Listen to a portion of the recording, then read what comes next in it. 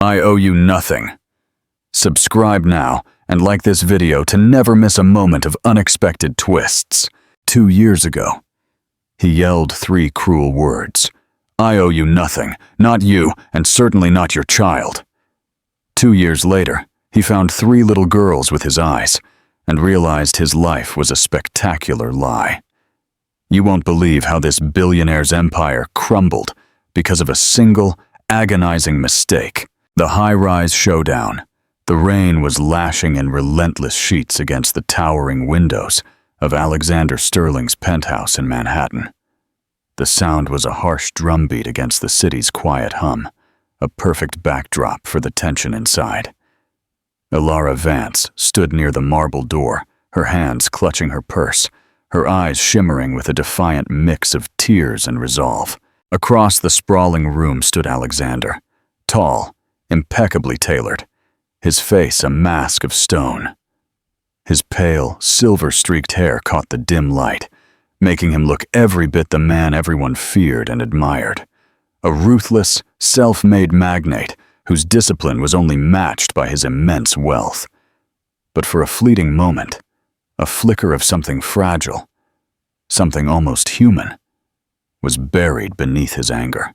You can't just walk away from this, Ilara said softly, her voice trembling but firm enough to be heard over the storm.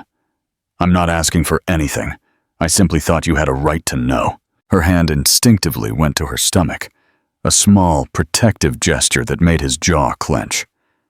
Alexander turned to the vast window, his reflection staring back, cold and unreadable. You should not have come here, he finally said, his tone icy. You knew what this was from the beginning. You knew I wasn't the kind of man who could give you what you wanted.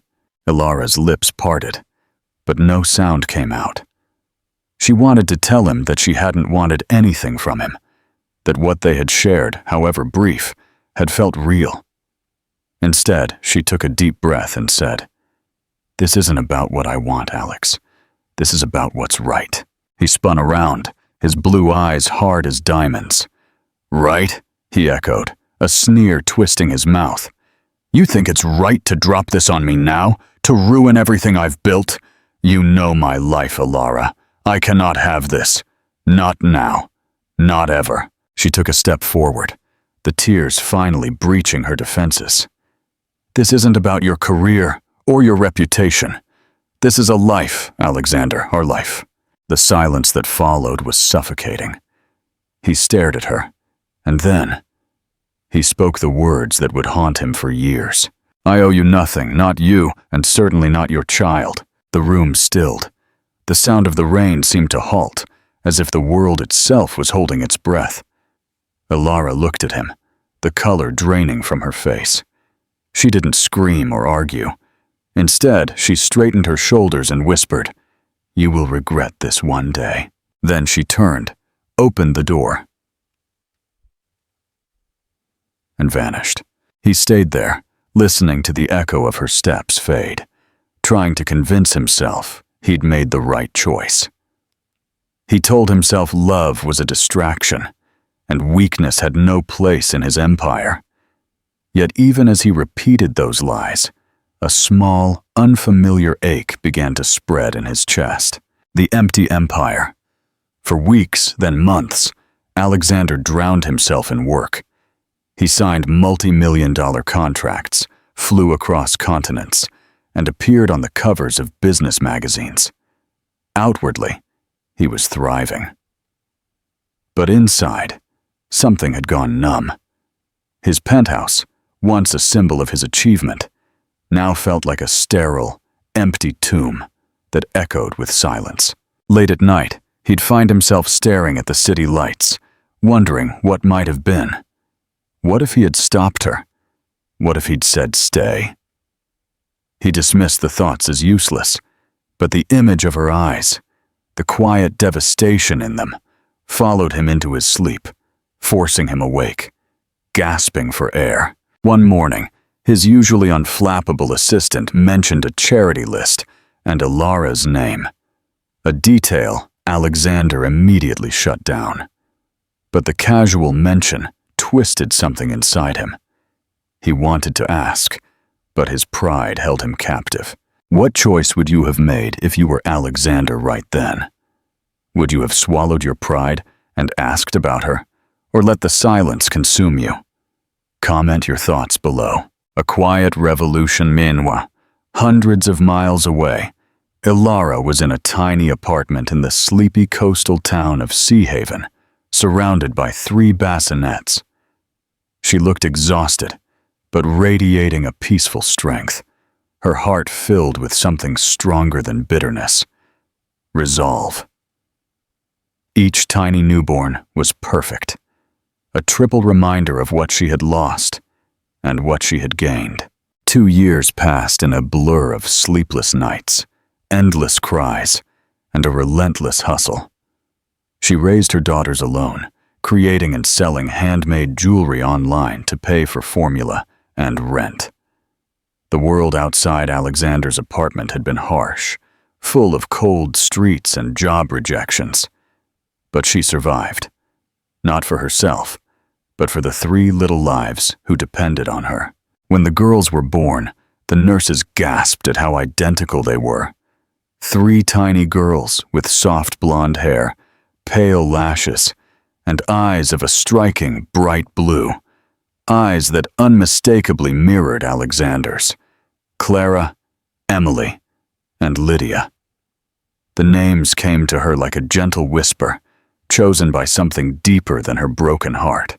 In Sea Haven, their laughter filled the small apartment with life. By the time they were 2 years old, they were running around, their little hands sticky with fruit and paint, their voices mixing into a melody that made every sacrifice worth it. Ilara watched them grow, never speaking his name. But sometimes, when she looked into those intense blue eyes, she felt a quiet ache. It wasn't anger anymore. It was the silent grief of a woman who had learned to carry her sorrow without letting it define her. The weight of emptiness. Alexander's life, by contrast, grew emptier. He was the youngest CEO in his company's history, but his passion was gone. His nights were spent alone in his immaculate penthouse, the silence amplifying the regret that began to seep through the cracks of his polished composure. He'd stare at his reflection, seeing not the brilliant magnate, but a man aged by a choice he couldn't undo. One night, he finally pulled out a small, hidden photo from his bedside drawer. It was Ilara, laughing during one of their rare weekend getaways, the sun caught in her hair. "I didn't mean it," he whispered to the silence, his confession a choked plea. The truth he had buried was finally suffocating him. He cared more than he could bear. How do you think Ilara was able to find the strength to raise 3 babies completely alone after such a devastating rejection? What is the biggest lesson in her resilience? Let us know your insights. The unstoppable current. The company's next expansion project took Alexander to the coast, specifically to a location called Sea Haven. The name tugged at his memory, an invisible string pulling at his soul. Within a week, he had scheduled a trip to personally review the site. He arrived, and the air smelled of salt and rain. The first day was a blur of meetings, but his mind kept wandering to the small, unpretentious streets outside. That evening, restless and unable to sleep, he went for a walk near the waterfront. He stopped for a coffee, and then he saw them. A woman with long chestnut hair tied back loosely, wearing a simple blue dress, and 3 identical little girls sitting beside her. They were laughing over a spilled juice, their bright blue eyes sparkling with innocent joy. The sight froze him. He couldn't move, couldn't breathe. When the woman looked up, her eyes met his across the small, crowded cafe. It was her, Ilara, and the 3 little girls, their hair, their eyes, their smallest gestures, were him. He knew it with a certainty that slammed into him harder than anything he had ever felt. His heart hammered in his chest. He watched as she helped the girls down and led them towards a nearby park. The smallest one stumbled, and Ilara bent down, steadying her with gentle hands. It was a moment of such simple, pure connection that it utterly broke him. He stayed there long after they were gone, his coffee cold, his hands shaking. He sat by his hotel window all night, the sound of the distant waves mirroring the storm inside. For 2 years, he had told himself he owed nothing. But now, he knew how profoundly wrong he had been. He hadn't just walked away from her. He had walked away from his entire life. The confrontation. The next day, Alexander was back, waiting, his nerves frayed with anticipation. Hours later, he saw her. Ilara was walking down the street, holding the hands of 2 girls, while the third skipped ahead. He stepped out of the car, the pavement feeling shaky beneath his feet. He spoke her name, a raw whisper carried on the cool air. "Ilara!" She froze mid-movement, and then she turned. The air between them evaporated. Her eyes widened, and the color drained from her face. The girls, sensing the tension, clung to her skirt. "What are you doing here?" she asked. Her voice low but steady. He searched for words, his throat dry. "I came for business, but when I saw you..." She shook her head slowly. Pain etched onto her face. "Saw me?" she repeated. "After everything, after those words, you have the audacity to say that as if it means something." "I didn't know," he choked out. "I didn't know they were 3. You didn't want to know," she interrupted, her expression hardening. "That's the difference." He had no defense, every excuse died on his tongue. "They're beautiful," he finally managed, his eyes drawn to the children, who were watching him with innocent curiosity. "They look like you." Ilara let out a bitter laugh. "No, they look like you. Every day I wake up and see your face 3 times, and every day I remind myself that I did this without you. I know I have no right to ask you for anything," he said quietly, "but I just want a chance to know them. Please." "Do you think you can just come back after 2 years?" she said, her eyes flashing with a righteous fire. "Do you know what it was like? Working through the nights, worrying if I could keep them fed, keep them warm. You have no right to ask for anything." "You're right," he finally conceded. "I don't deserve a second chance, but I won't leave until I make this right." She turned away, her small daughters surrounding her like living reflections of the resilient woman she had become. "You don't even know what right means anymore," she said softly. "Go back to your world, Alexander. We survived without you. We don't need saving now." The silent reconciliation. Alexander stayed. He couldn't leave. He began showing up, silently, persistently. He never intruded, but remained a quiet presence, at the cafe, at the park, just observing the life he had thrown away. He watched Ilara, seeing how she had built a life on love and resilience, and the realization hurt in a way success never could. He finally approached her at the cafe again. "I know you don't want me here," he said, his voice low, "but I'm not here to take anything. I just need to understand what I walked away from." She sighed and allowed him to sit. He helped clean up spilled juice, and one of the girls, Clara, smiled shyly at him. For the first time, he smiled back. A genuine, unpracticed smile. Slowly, tentatively, he began to weave himself into their routine. He repaired the leaky faucet, fixed the broken porch steps, and bought coloring books.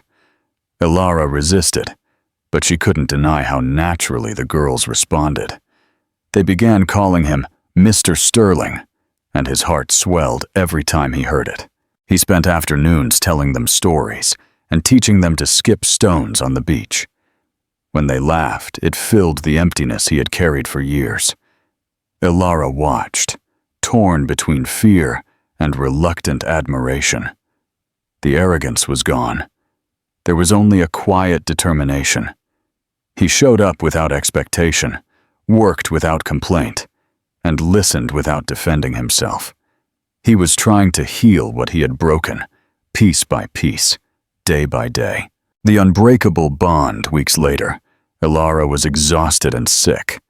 Alexander stepped in without hesitation, running the house, caring for the children, and making sure the fragile structure of their life didn't collapse.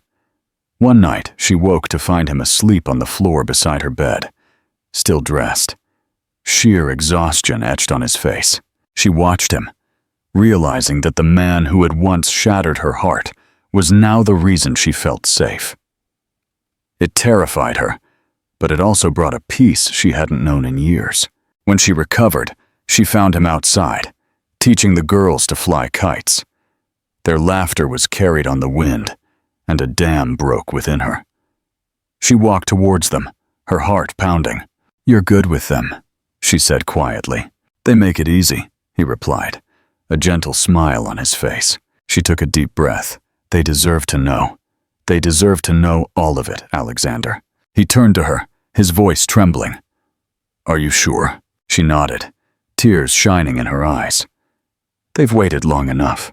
He slowly exhaled, the weight of years lifting from his shoulders. For the first time since he walked away, he allowed himself to believe that perhaps this story wasn't destined to end in regret. He had finally earned the right to begin to love the life he had foolishly thrown away. The journey to forgiveness is long, but always worth it. If you believe Alexander has finally earned his redemption, please comment "second chance" below and share this story with someone who needs to hear it. Meaningful conclusion. This story isn't just about a man who realized his mistake. It's a testament to the fact that true love and family are not things to be negotiated or protected by contracts. They are things to be fiercely defended and nurtured. Alexander Sterling learned that all the power and wealth in the world are meaningless when stacked against the pure, simple joy of being called Dad. Ilara Vance, on the other hand, showed us that resilience is the most beautiful form of strength, proving that a woman can rebuild her entire world, not in spite of her broken heart, but because of the lives that depended on its unwavering beat. The greatest regret in life is not the risk you took, but the love you refused to let in. Would you like me to write the next chapter of their story, focusing on Alexander's conversation with his daughters? Tuiet voi, toirut vui vibantit kochuin, the truth from an imperfect life. The moment of truth has arrived. Like this video if you believe Alexander deserves this second chance, and subscribe to follow their healing journey. A quiet morning, a loud truth. The next morning broke with a gentle sun filtering through the thin curtains of the small Sea Haven living room. The air was thick with unspoken gravity, a stark contrast to the light breeze coming off the ocean. Ilara and Alexander were sitting on the worn, familiar sofa, waiting. They had already sent the girls to the yard to chase butterflies, a simple distraction before the most significant conversation of their lives. "Are you ready?" Ilara whispered, her hand instinctively reaching for his. Alexander took her hand, his palm sweating slightly. He looked at her, truly seeing the woman who had fought so hard, not just for herself, but for these 3 miracles. "As ready as I'll ever be," he admitted, his voice rough. "No business meeting, no takeover, has ever terrified me this much." She squeezed his hand, offering a silent anchor. "Remember why you're doing this. Not for forgiveness. For them." He nodded, taking one last steadying breath before calling the girls inside. Clara, Emily, and Lydia tumbled in, their faces flushed with excitement, their blonde hair a bright halo around their identical faces. They looked at their parents, sensing the unusual seriousness in the room. Clara, the boldest, asked first, "Mr. Sterling, why are you sad?" Alexander knelt immediately, bringing himself down to their level, his blue eyes locking onto theirs. Ilara sat behind him, a quiet, reassuring presence. "I'm not sad, Clara," he said gently. "I just have something very important to tell you. It's a bit of a story about me and about your mommy." The girls sat down cross-legged on the floor, suddenly quiet, their identical blue eyes wide with curiosity. The story of the missing piece.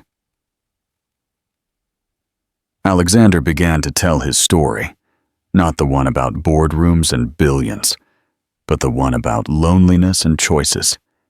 He spoke of his younger self, a man consumed by ambition, who believed that success was measured by how much he owned, not how much he loved. "Once upon a time," he began, "I had a very cold, very empty house. It had big windows and fancy things, but it had no color and no laughter. One day, I met a woman, your mommy."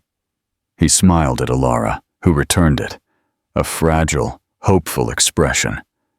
She was full of color and full of life, and she made me feel things I'd never felt before. He paused, gathering his courage. "But when your mommy told me that she was going to have a baby, that she was going to have you, I got scared. I was so worried about my empty house and my career that I made the biggest mistake a person could ever make. I told her," he swallowed hard, the old cruelty of the words tasting like ash. "I told her that I didn't want the joy she was offering." Lydia, the thoughtful one, tilted her head. "Why?" "Because I was a fool, sweetheart," Alexander admitted, his voice thick with genuine regret. "I was a very proud, very foolish man who didn't know the difference between being rich and being happy. So, I let your mommy walk away, and I stayed in my empty house." He looked at each of their little faces, noticing the identical furrow in their brows, the way their expressions mirrored each other in their confusion. "Your mommy is the bravest person I know," he continued, holding their gaze.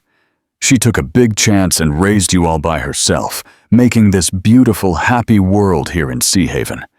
And while she was here, laughing with you, I was alone in my big house, realizing how much I had lost. I lost the color, and I lost the laughter. I lost my heart." He took a deep breath, the final terrifying moment arriving. "And then, 2 months ago, I saw you three, and I saw how much you look like me. That's when I knew the truth. I didn't just lose my heart. I lost my daughters." He gently touched Clara's soft cheek, then Emily's, then Lydia's.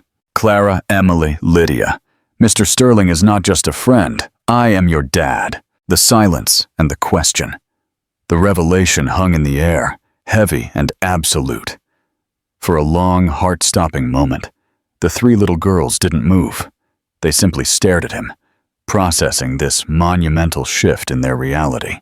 Emily, the quietest, was the first to speak. Her voice was small, but clear.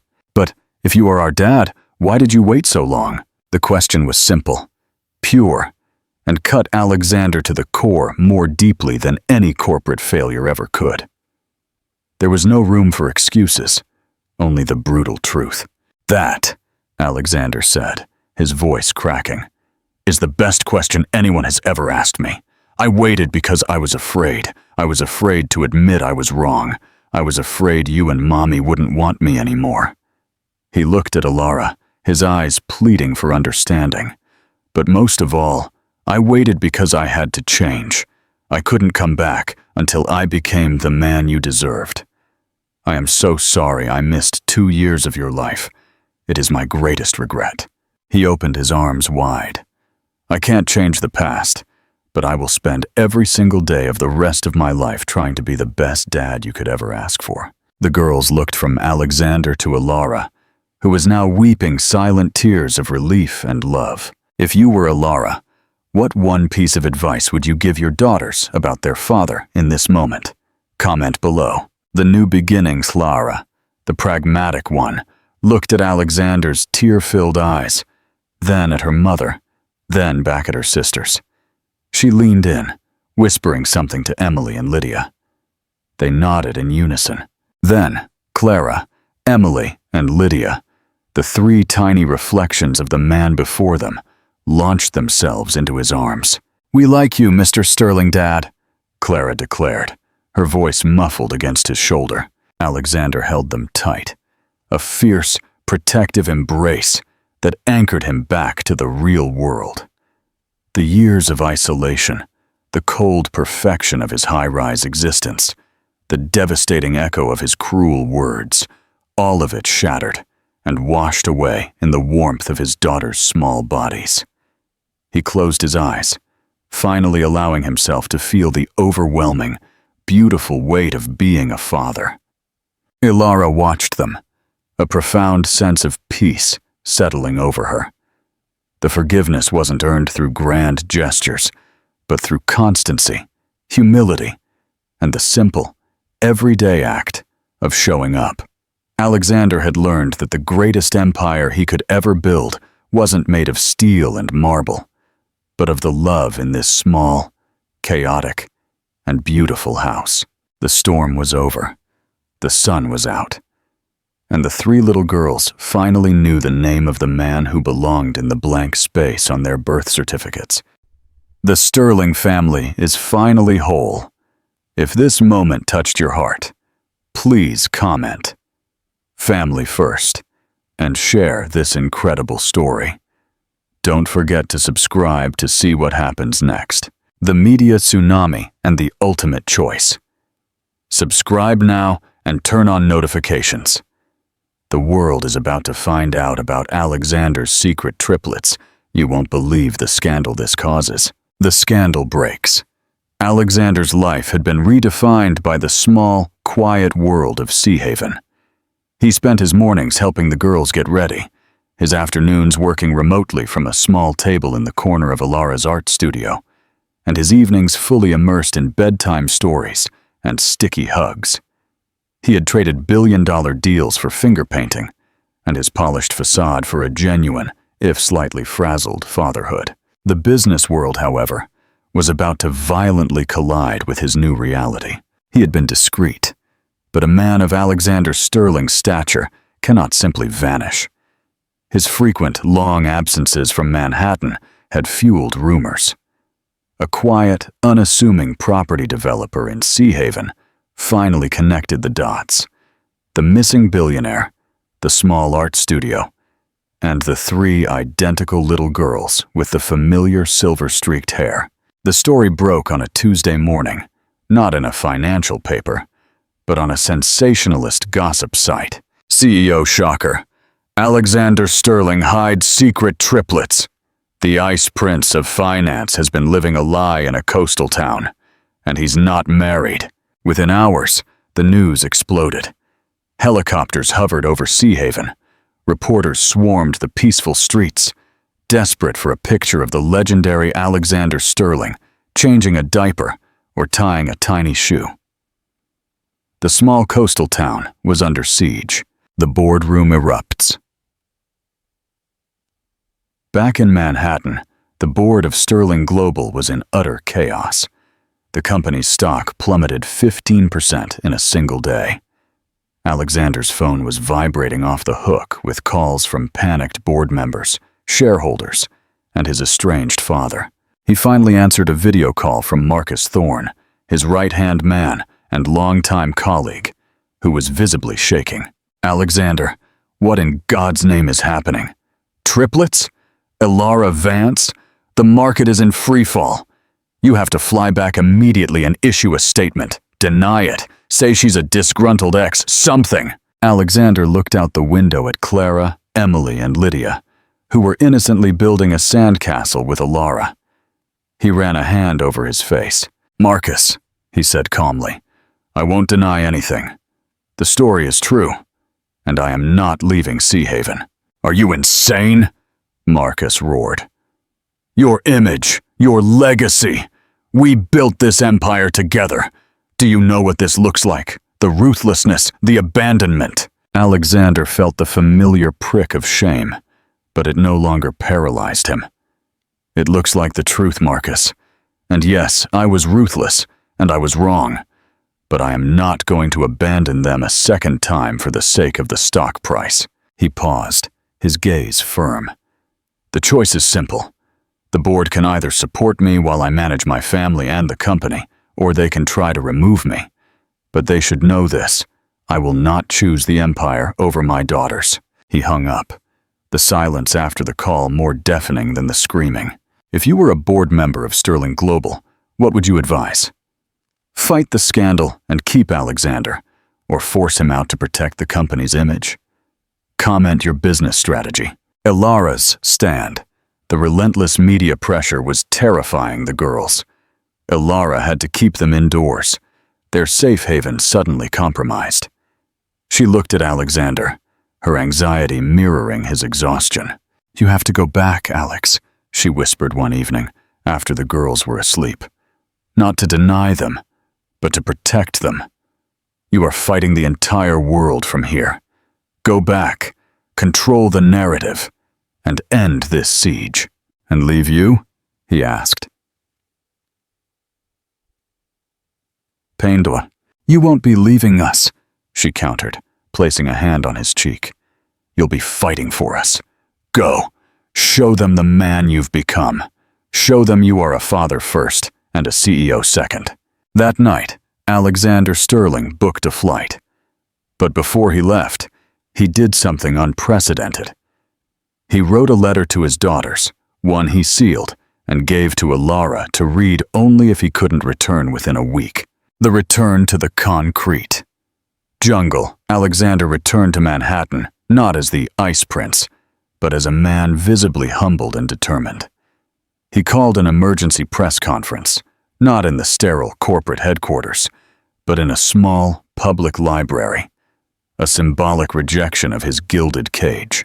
He stood before the flashing cameras, not in an expensive suit, but in a simple, well-worn blazer. His statement was direct, unwavering, and utterly genuine. "2 years ago, I was a coward," he began, his voice ringing with a remorse that stunned the room into silence. "I was a man who valued a cold, hollow empire over the greatest gifts life could offer. When Ilara Vance told me she was pregnant, I rejected her, and I rejected my child, a decision born of arrogance and fear." He looked directly into the main camera lens.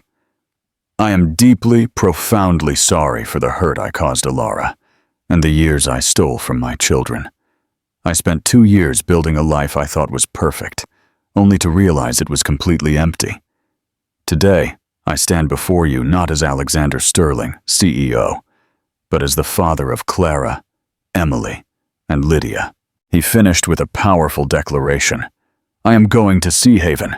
I am going to be the father they deserve. I will manage my company remotely if necessary, or step down if the board demands it. But my commitment to my daughters, and to the woman who bravely raised them alone, is absolute and non-negotiable.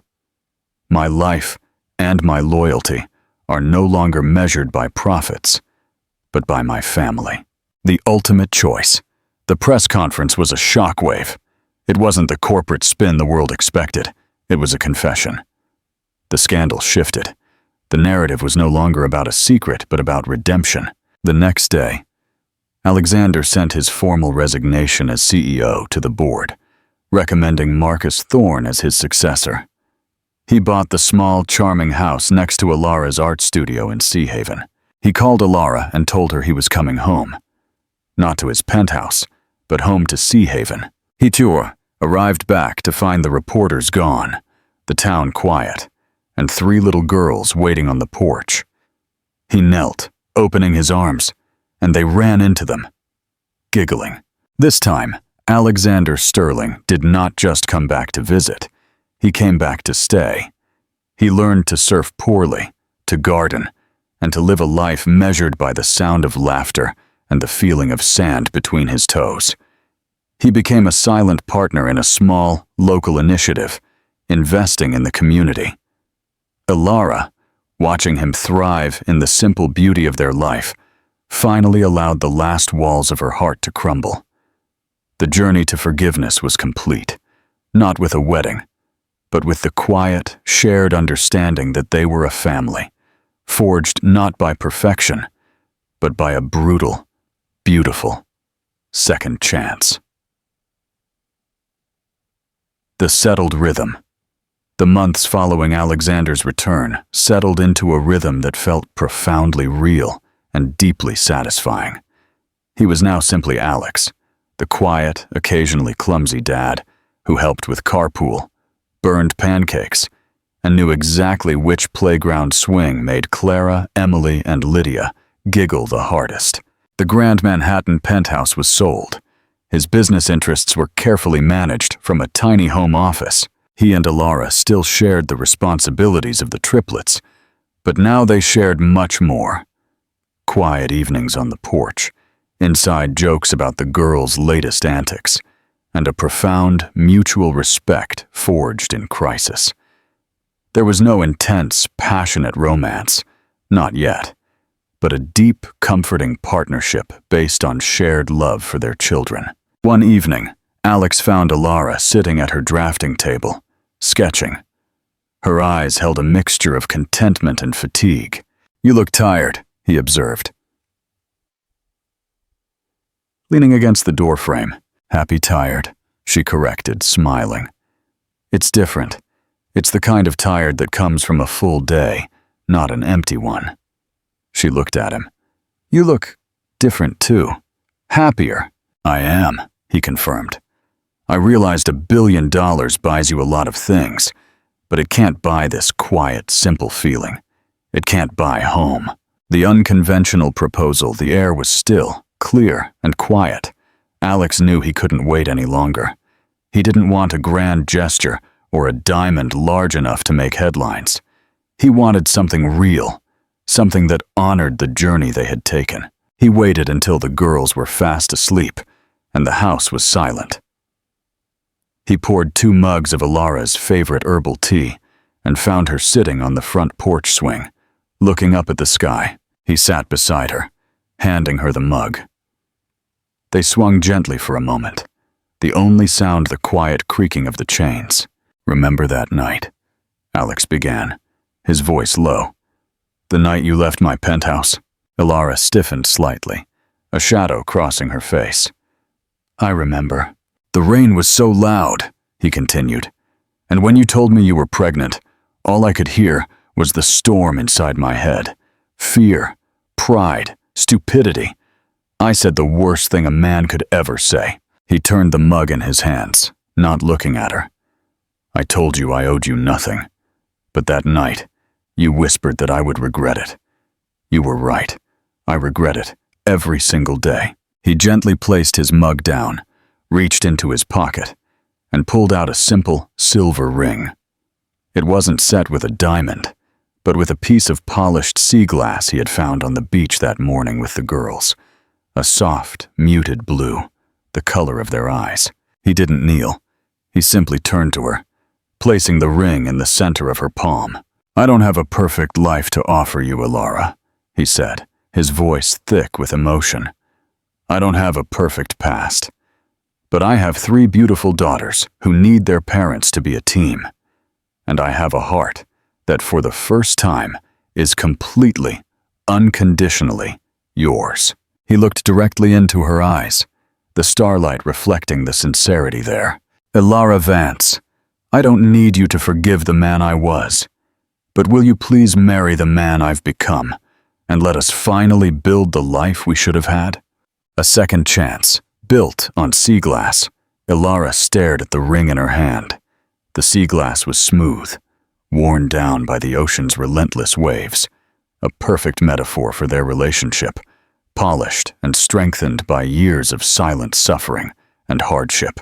Tears welled in her eyes, but they were not tears of pain. They were tears of acceptance. "That night," she whispered, her voice barely audible, "when you told me you owed me nothing, I walked away believing that I didn't need anything from you. I walked away to save myself." She looked at him, her lips trembling slightly. "I don't need a ring to save me, Alex. I need a partner who chooses to stay." She closed her fingers around the sea glass ring. "You chose to stay. You chose to fight for the right things. You traded an empire for a full house." She reached out and touched his face, her thumb gently tracing the weariness around his eyes. Weariness born of love, not ambition. "Yes, Alexander," she said, her voice clear and strong. "Yes, I will marry the man you've become." Alex didn't erupt in cheers or grand celebration. He simply brought her into a tight, quiet embrace, resting his head against hers. It was an embrace that spoke of relief, of redemption, and of a peaceful certainty that this time he would never let go. They sat on the porch swing for a long time, sipping their tea, the simple sea glass ring gleaming faintly in the starlight, a testament to a love that had to break completely before it could truly begin. The unassuming wedding. Alexander and Alara did not want a lavish, high-society wedding. They desired a heartfelt celebration that reflected their new life. Simple, centered on family, and deeply rooted in community. They chose a warm Saturday afternoon for their wedding on the very beach behind their house, the place where Alexander first saw his 3 little girls. The guest list was small, including only Alara's closest friends from Sea Haven and Marcus Thorne, who, despite his reservations about Alexander's resignation, remained fiercely loyal. Alex was dressed in a simple white linen shirt and chinos, a far cry from his expensive tailored suits. Alara was radiant in a vintage lace wedding dress she had found at a local consignment shop, wearing a simple wreath of wildflowers instead of a veil. The triplets, Clara, Emily, and Lydia, were the heart of the ceremony. They wore identical white dresses with navy blue bows. They weren't traditional flower girls. Instead, they held hands as they walked before their mother, carrying the precious sea glass ring. As Alara walked across the sand, Alex looked at her and saw their entire journey. The pain of his rejection, the resilience of her solitary parenthood, and the immense faith she showed in giving him a second chance. This was more than a wedding. It was a rebirth. Vows of second chances. When it came time for the vows, Alex chose to speak honestly about his past failings. "Alara," he began, his voice thick with emotion. "2 years ago, I stood on top of an empire, but I was the poorest man in the world. I gave you pain, and I stole the first years of our children's lives. I vow today, before God and our tiny family, that I will use the rest of my life to earn back the trust you and our daughters have given me. I vow never to choose fame or fortune over you and the girls again. I vow to be a present husband, an engaged father, and a responsible citizen of this community. You are not just my love. You are my awakening." Alara wiped away tears and smiled, responding with the simple, profound depth of an artist. "Alex," she said, "you learned that love is not a transaction, but a daily choice. You chose us, and today, I choose you. I choose your growth, your repentance, and the new heart you bring to me and our girls. I promise to be your refuge, your truth, and your home, always." As they exchanged rings, the sea glass ring for Alara and a plain platinum band for Alex, the 3 girls cheered enthusiastically from the side. If you were Marcus Thorne, witnessing this scene, would it change your mind about Alexander and his choice to give up his empire? I'm at your thoughts. The new legacy. Following the wedding, Alex did not become an idle billionaire. He started a new project, entirely different from anything he had done before, the Sea Haven Community Fund. Using his personal fortune, he began investing in the town itself. He didn't build luxury villas. He restored the aging public library, funded the local school's arts program, where Alara volunteered as a teacher, and improved the beachfront infrastructure. "My legacy is not the skyscrapers in Manhattan," he told Marcus, who had flown down for a fund meeting. "My legacy is where my children grow up, and where they learn the true value of a fulfilled life." Marcus, who had only ever understood the language of power and profit, watched the local workers repairing the park. He finally conceded. You know, Alex, I thought you were crazy at first. But this might be bigger than Sterling Global. Alex smiled. Much bigger, Marcus. Meanwhile, Ilara completed her largest painting, titled The Second Chance. The painting featured a small, seaside house, warm and glowing, with 3 little figures holding hands. The painting didn't just tell their story. It became a symbol for the Sea Haven community, showing that even broken things can be mended into something beautiful and more meaningful.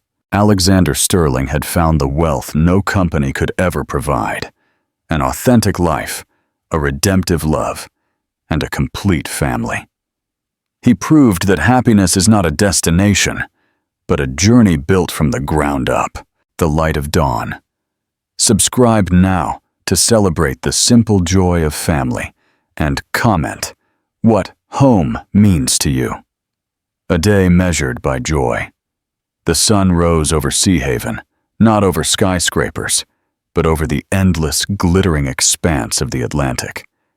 In the small, sun-drenched house near the beach, Alexander woke up not to the chime of a market alarm, but to the synchronized clatter of 3 small girls tumbling onto his side of the bed. "Dad, pancakes!" was the chorus that replaced his former wake-up call. He groaned dramatically, pulling all 3 of them into a massive, tangled hug. Clara was already narrating the day's plans, Emily was quietly searching for her favorite teddy, and Lydia was tugging insistently on his ear. This beautiful, exhausting, joyous chaos was his billion-dollar view now. He and Ilara traded smiles across the room. She was already brewing coffee, her hands moving with the easy familiarity of a woman who was truly at peace. She wore the sea glass ring every day. It was a constant, humble reminder of their vows. "Morning, Mr. Sterling, Dad," Ilara greeted him, using the girl's old nickname for him, her eyes twinkling. "Good morning, Mrs. Sterling," he returned, the sound of the name still feeling wonderfully new on his tongue. The simple wealth. Later that afternoon, they were all at the beach. Alex was attempting to teach the triplets how to fly a large, unruly kite. He was struggling, his corporate instincts useless against the unpredictable sea breeze. The girls, however, were shrieking with laughter as the kite looped and plunged toward the sand. Ilara watched them from a blanket, sketching quietly. She saw Alexander laugh, a deep, genuine sound that came from his soul, not his throat. His silver-streaked hair was windblown, his face slightly sunburned, and there was a smear of chocolate on his cheek. He was completely and utterly there. Marcus Thorne, who was in town for a foundation meeting, walked up to Ilara, sipping an organic juice. He watched Alex wrestle the kite. "He looks ridiculous," Marcus observed dryly, then sighed. "And yet, I don't think I've seen him look so complete in 15 years. Ilara smiled, not taking her eyes off her husband and daughters. He found his true shareholders, Marcus. Their happiness is the only metric he cares about now. "And you?" Marcus asked gently. "Do you ever regret the world you gave up?" "That world was a mirage," Ilara replied, finally looking at Marcus, the sea glass catching the sun. "My world is here," she tapped the sand. "It's messy, it's loud, and it's perfect. I wouldn't trade the sound of their laughter for all the penthouses in Manhattan." The light of dawn, as the sun began to dip toward the horizon, painting the sky in soft shades of orange and violet. The family walked home. Alex carried a sleeping Lydia on his shoulders, while Ilara held the sticky, tired hands of Clara and Emily. He paused at the top of the dunes and looked out at the ocean. He was no longer a man weighed down by the burden of his own pride or the expectation of a cold world. He was a father, a husband, and a partner in a life built on vulnerability and grace. The memory of that cold, rainy night in his penthouse was still there, but it no longer burned. It was a scar, a quiet reminder of how far they had come. He looked at Ilara, who met his eyes with profound love. They had been given a second chance, a light of dawn after a long, lonely night.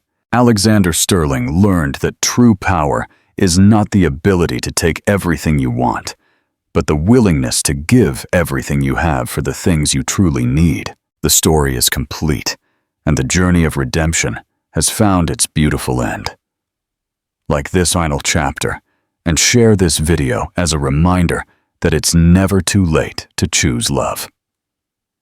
Thank you for subscribing.